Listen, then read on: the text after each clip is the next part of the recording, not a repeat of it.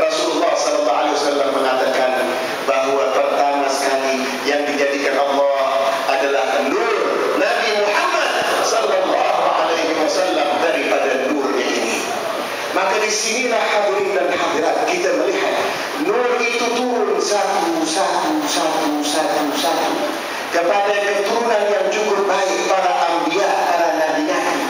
Kalau kita melihat dengan kisahnya Nabi Ibrahim alaihissalatu wassalam, istrinya Siti Sarah pertama baik dengan Siti Hajar, tetapi setelah Ibrahim kawin dengan Siti Hajar dan mendapat putra Ismail, datang kurang senang hati Siti Sarah.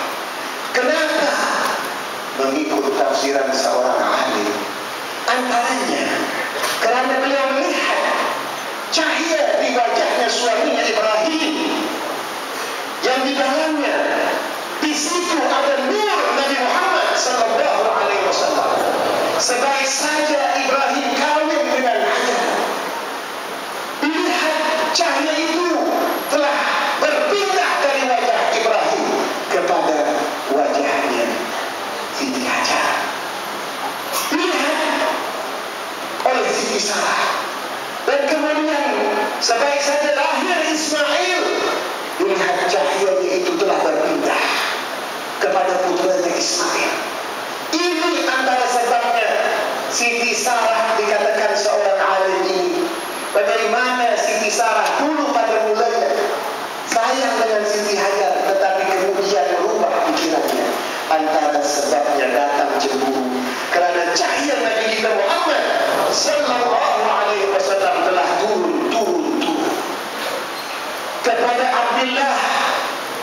Dan kita lihat ini manusia yang paling dicintai oleh Allah Subhanahu wa taala. Tuhan paling cinta kepada Rasulullah.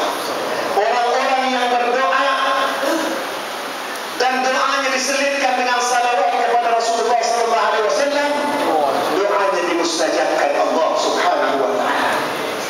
Ini dilihat. Tetapi kita lihat, kalau kita ada seorang anak yang kita sayang, apa kita buat? Tentu kita akan berikan dia segala kedudukan yang cukup baik, cukup tinggi. Tetapi lihat, Nabi Muhammad sallallahu alaihi wasallam lahir yatim, tidak ada ayah, tidak ada ayah. Malahan kalau kita melihat Abdullah kawin dengan Aminah, 4 hari tinggal di rumah Aminah. Selepas itu pindah ke rumah beliau, keluarganya Abdullah ibn Abdul Muttalib. Setelah 10 hari bersama istrinya, Abdullah layar ke negeri Syam untuk berniaga. Istri yang tadi cukup gembira mendapat suami yang menjadi idaman perempuan-perempuan Makkah. Banyak sekali gadis Makkah yang mau memilih Abdullah sebagai istri. Sebab itu apabila Abdul Muttalib mau menyembelih Abdullah, ramai orang Makkah menahannya. Kenapa? Mereka melihat anak ini anak yang mulia, wajahnya cukup bercahaya yang luar biasa. Kenapa? Karena di wajahnya itu ada nur Nabi kita Muhammad sallallahu alaihi wasallam. Oleh kerana nur di dalam tubuhnya Abdullah itu, sebab itu Allah Subhanahu wa taala selamatkan Abdullah, tidak disembelihnya. Kalau kita melihat para anbiya yang terdahulu itu, Nabi Nuh alaihi salatu wassalam selamat, antara sebabnya dikatakan